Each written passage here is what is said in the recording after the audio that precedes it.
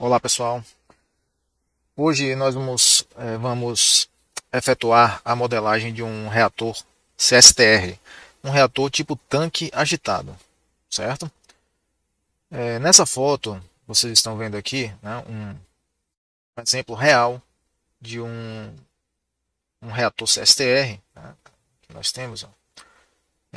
E embora a funcionalidade seja relativamente simples, afinal de contas um reator CSTR é essencialmente um vaso, um tanque, aonde nós adicionamos os reagentes. Esse tanque terá um certo tempo de permanência dos reagentes em contato, é o que a gente chama de tempo de residência, dependendo da vazão de entrada. E após esse tempo de residência, o efluente é retirado, é removido do tanque, e nesse efluente nós teremos os produtos da reação. É basicamente isso. Porém, a construção mecânica é bastante interessante. Vocês podem ver que há diversos componentes, né, envolvidos. Aqui nós podemos ver, né, o motor, tem todo um sistema de engrenagem e de eixos aqui. Aqui dentro nós temos um sistema de agitação, impelidores. Tá? Pode ter um ou mais. Né? Diversas conexões aqui em cima. Pontos de tomada de pressão, pontos de medição de temperatura. Tá? Vários bocais para retiradas de amostra, pode ter um visor com uma lente de vidro. É o tipo de equipamento que pode variar bastante de preço. Quando está estabelecido o material que será usado na construção do reator, o seu custo final assim, está muito ligado ao volume do tanque, ao volume do reator. Tá? É praticamente proporcional. Okay? Dentro de uma faixa, né, de volumes, estabelecido o material e o modelo, tá, do reator CSTR, essencialmente o seu custo é proporcional, é bastante proporcional ao volume, né, ao volume do tanque. Aqui embaixo eu coloquei para vocês verem um outro exemplo de um reator CSTR, tá? Só que nesse caso aqui a escala é bem maior do que no exemplo industrial anterior, certo? Provavelmente estamos lidando aqui nesse caso com uma reação bastante lenta, um tempo de residência muito longo, né? Bastante longo aí é necessário para que a reação avance e gere os produtos desejados, tá? Então aqui nós temos um reator, né, CSTR também, e vocês podem ver aqui pelo link. E esse reator sim é um reator muito grande, bem maior do que os anteriores. O modelo que nós vamos desenvolver aqui, eu vou desenvolver com vocês, ele terá o propósito, né, de predizer, né, de permitir o cálculo da concentração de componentes, seja produto ou reagente, ao longo do tempo. Esse é o propósito. Então nós estamos com a intenção aqui de desenvolver um modelo que vai predizer as concentrações de componentes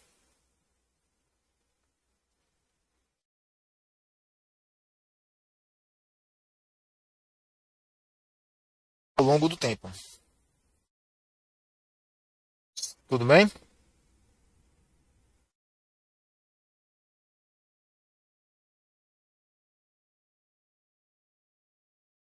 Então, de imediato já se percebe que vamos desenvolver um modelo que é transiente.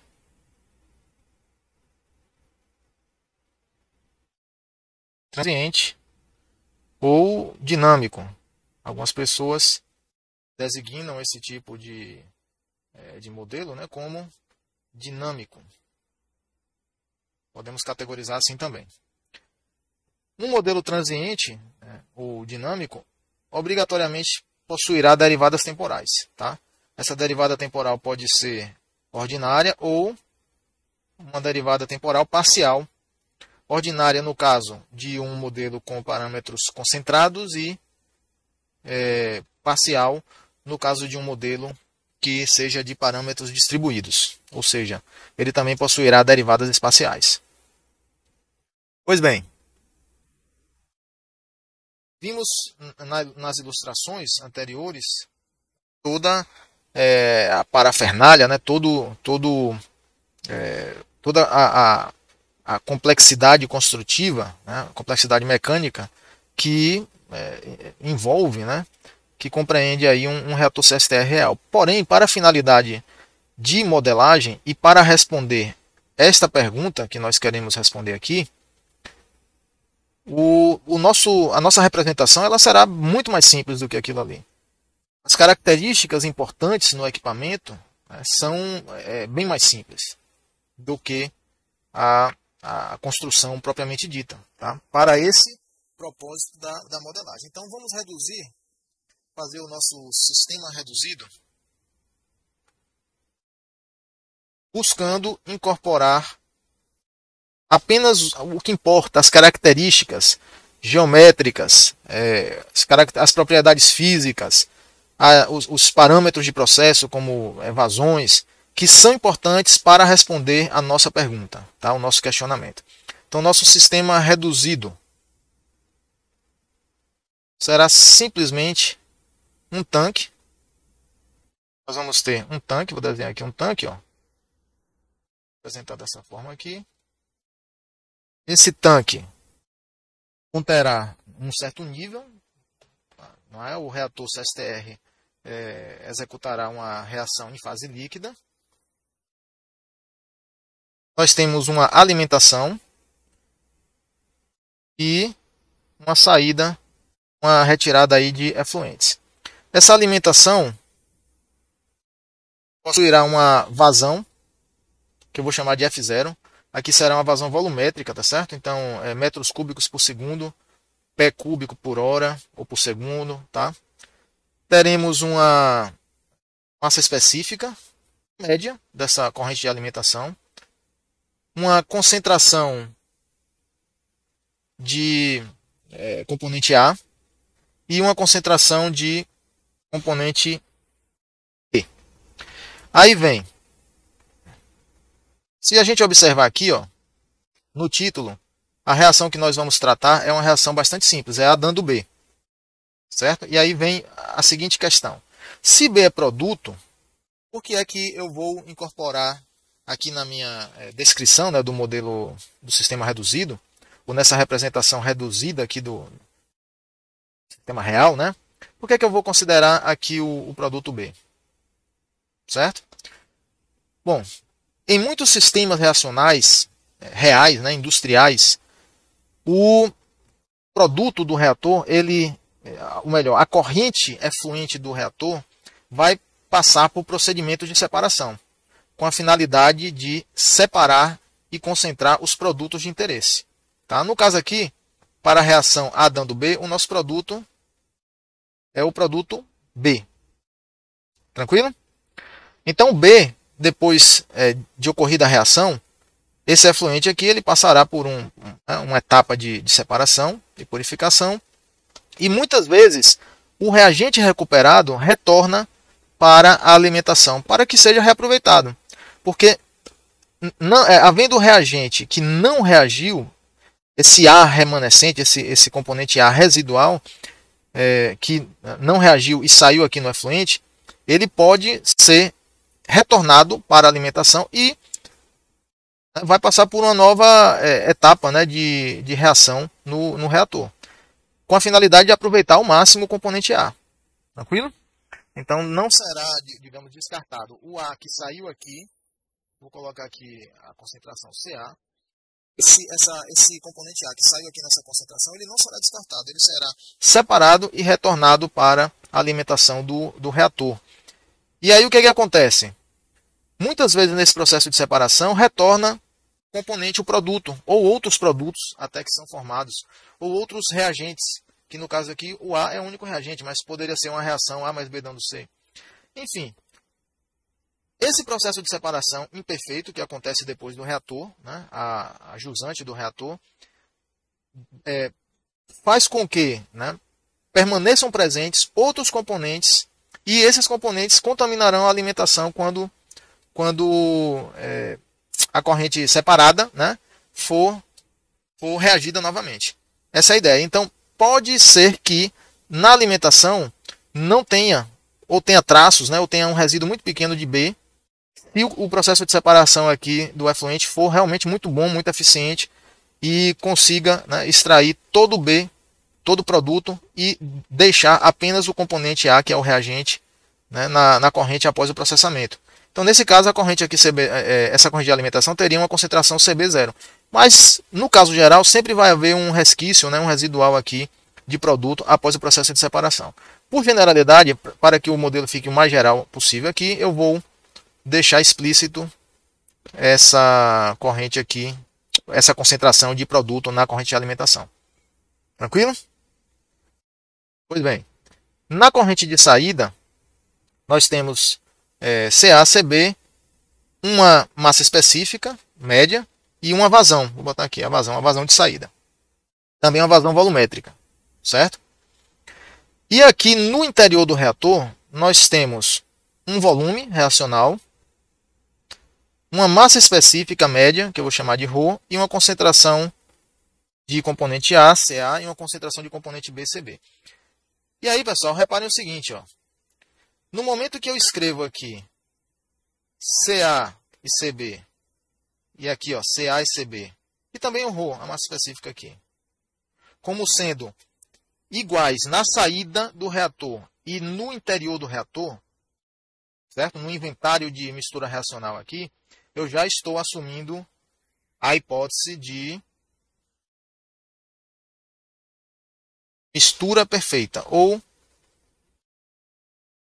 sendo mais rigoroso, né, na terminologia, de homogeneidade espacial. Mas essa homogeneidade espacial ela é conseguida na prática, no mundo real, com um sistema de agitação, um sistema de mistura bastante eficiente. Ok?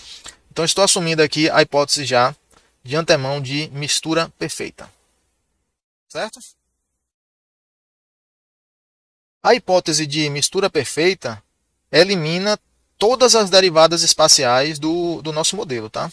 Então, aqui no caso, mistura perfeita vai implicar que ddx, ddy, usando o sistema cartesiano aqui, tá? ddz, tudo zerado. Certo? Todas serão nulas, ou seja, os gradientes espaciais, os gradientes, né, que envolvem as derivadas espaciais, são nulos, tá? No interior do reator CSTR. Tranquilo? Então vamos adiante. A informação que nós desejamos, que vai requerer a determinação de concentrações de componentes ao longo do tempo, né? Componentes estes que estão aqui no interior do reator, reagindo, tá? A concentração pode variar ao longo do tempo, e a corrente no efluente, como está sendo aplicada a hipótese de mistura perfeita, terá as mesmas características da mistura reacional no interior do reator. Assim sendo, para implementar, né, matematicamente, descrever matematicamente esse sistema aqui, nós vamos utilizar como base física o princípio da conservação de componente. Certo? Aqui nós temos dois componentes, que é o componente A e o componente B.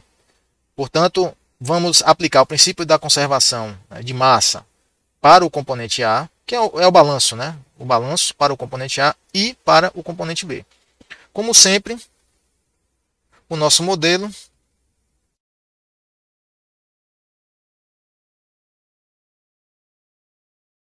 nada mais é do que, usando, né, o princípio da conservação, uma equação no formato o que entra menos o que sai, mais o que é gerado, igual ao acumulado. E aí a nossa tarefa será traduzir matematicamente cada um desses termos, de maneira a responder o questionamento que é proposto. Tranquilo? Então vamos ver. Vamos começar pelo componente A. Certo? Componente A.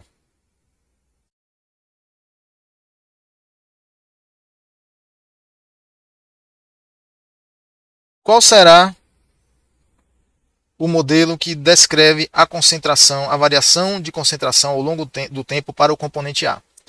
Então, termo de entrada. Vamos fazer termo a termo, depois nós juntamos e montamos a equação. Entrada. Termo de entrada será F0, CA0. Certo? Vamos analisar o porquê desse termo.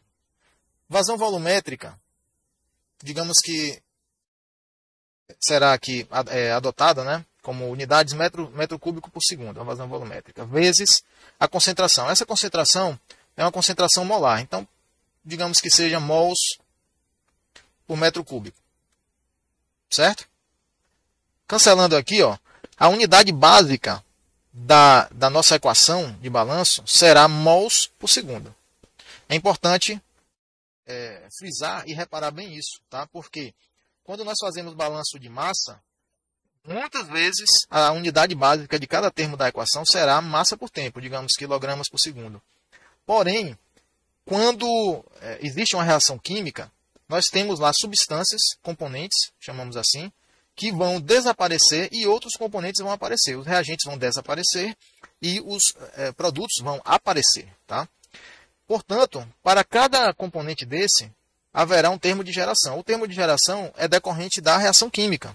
Então, a reação química causará um desaparecimento de reagentes e um aparecimento de produtos. Como reações químicas, muitas vezes é muito comum se expressar através das taxas, né, de reação, mols por volume por tempo.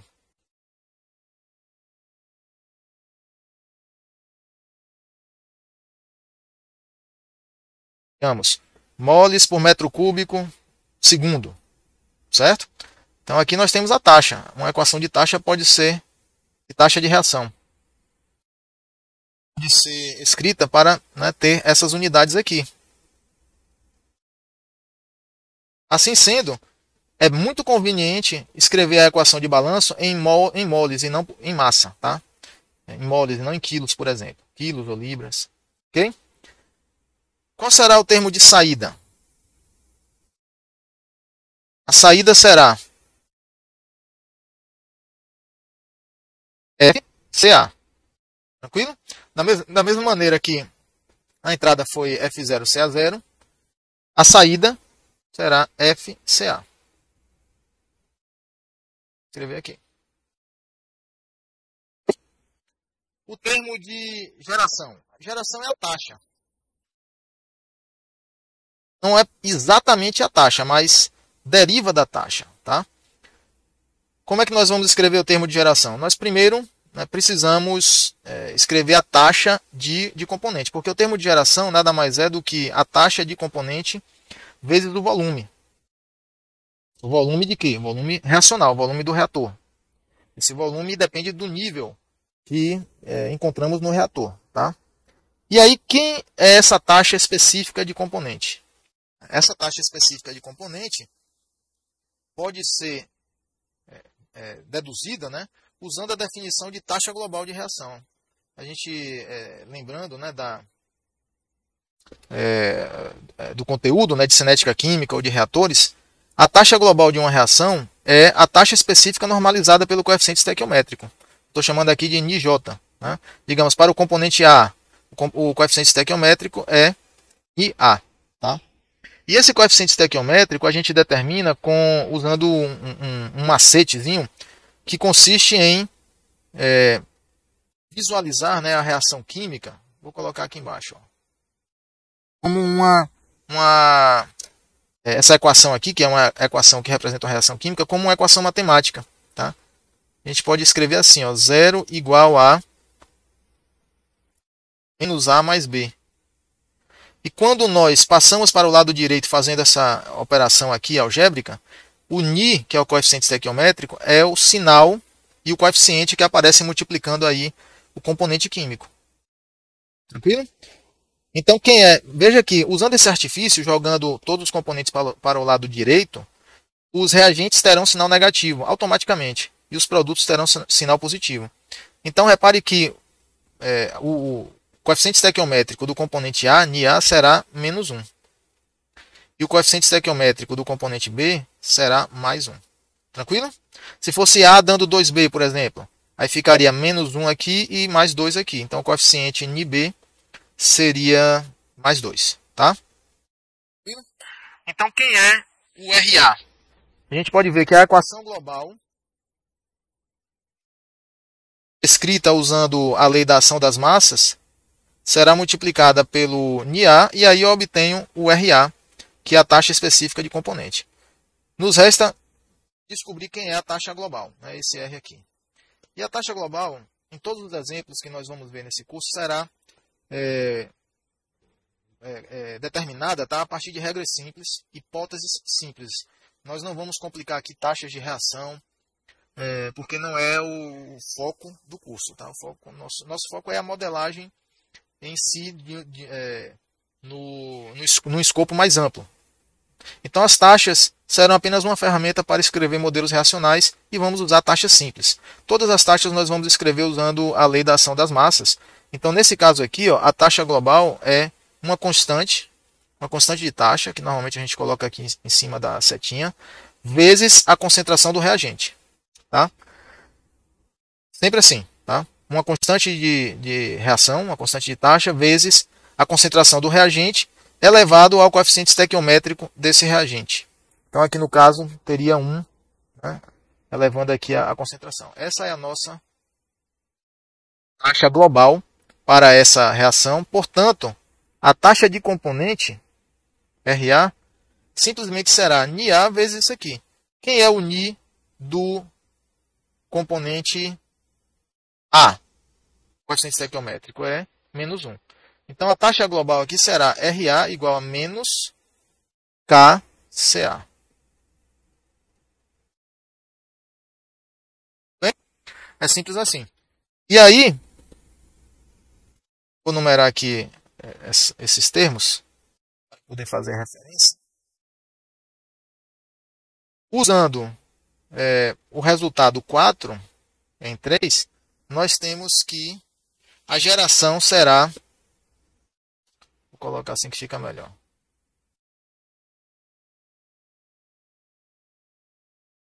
O resultado aqui, nós temos que a geração será menos KCA vezes V.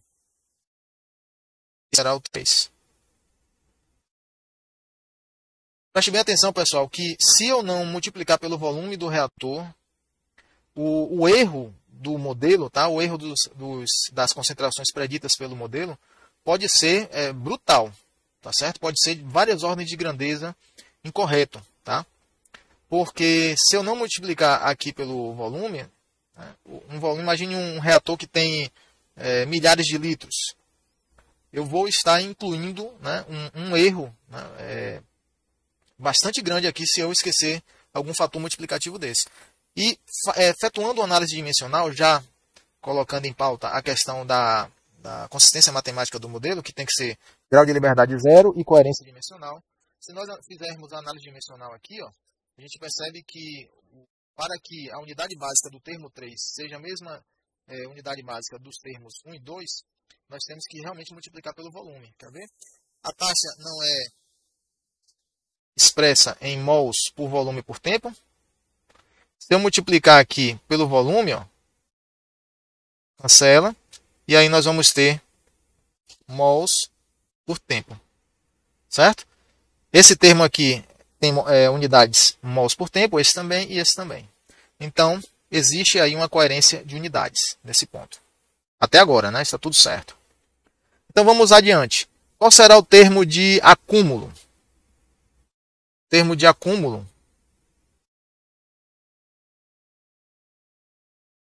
é sempre a derivada temporal do conteúdo da quantidade física que eu estou balanceando. Aqui eu estou balanceando mols de A, correto? Então, qual é o conteúdo de mols de A, do componente A, dentro do reator? Será simplesmente VCA. Vê se não está certo. Metro cúbico, aqui, ó. E a concentração de A é mols por metro cúbico, correto? Fazendo a operação aqui, ó, nós temos moles. E na derivada temporal, a derivada da unidade de segundo, então nós vamos ter como resultado a unidade de segundo que acaba sendo mols por segundo.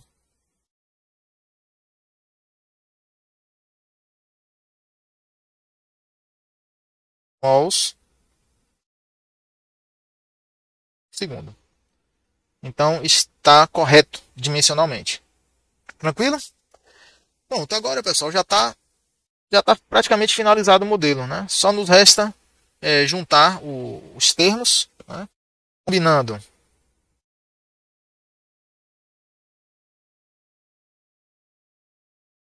combinando 1 a 5, obtemos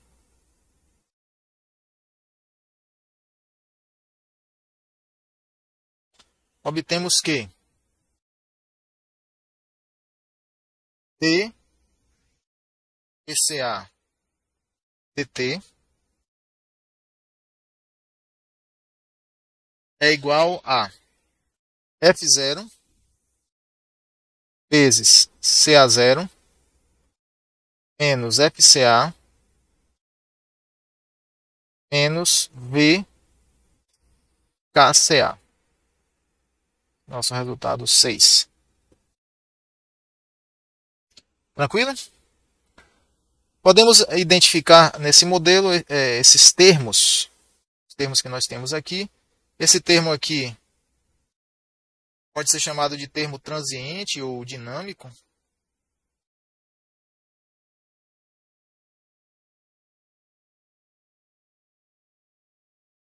Ok? Estes dois termos aqui são termos convectivos,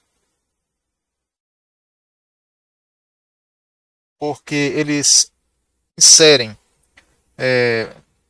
componente A, inserem e removem componente A através de correntes macroscópicas.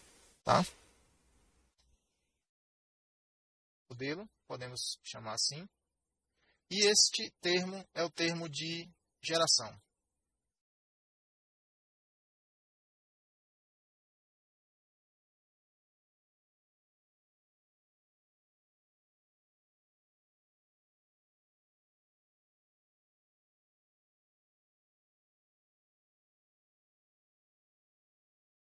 Vamos fazer agora o mesmo procedimento para o componente B, que é o produto.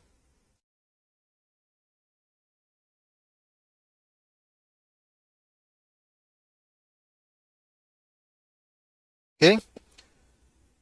Tendo executado todo esse procedimento para A, baseado na explicação detalhada que nós vimos, que eu passei para vocês, eu vou fazer de uma maneira mais direta aqui o balanço para a equação, né, diferencial de balanço para o componente B. Então, eu vou escrever direto. Né, o que entra menos o que sai mais o que é gerado é igual ao acumulado. O acúmulo será VCB. O termo de acúmulo será DDT de VCB, onde VCB é o conteúdo em mols de B no reator. Tranquilo? Então, o termo de acúmulo será a derivada temporal do conteúdo. Estamos aqui balanceando o componente, mols do componente B.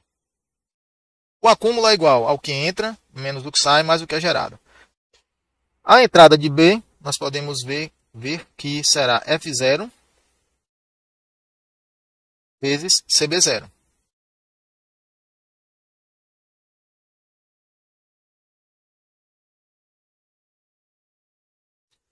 O termo de saída será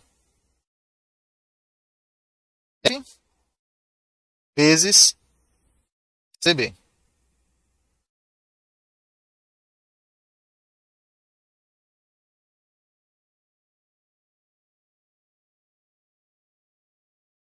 Ok? E o termo de geração? O termo de geração será a taxa do componente B. Então vamos prestar atenção aqui, pessoal. A taxa do componente B será NiB, que é o coeficiente estequiométrico de B, vezes a taxa global. Cuidado aqui para não se atrapalharem, tá certo? Porque essa é uma confusão bastante comum. Qual é o coeficiente estequiométrico de B, do componente B? É mais 1. E a taxa global desse sistema reacional aqui no reator? A taxa global é KCA, não é KCB. Pela lei da ação das massas, a taxa global de uma reação é igual a uma constante vezes as concentrações elevadas ao coeficiente estequiométrico. Portanto, aqui nós temos mais 1, vou até colocar explicitamente aqui, ó. O R, que é KCA. Okay?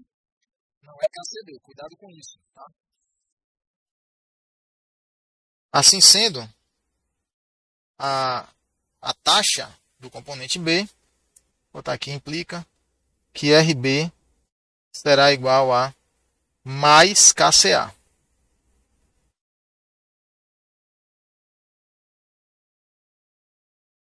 Ok?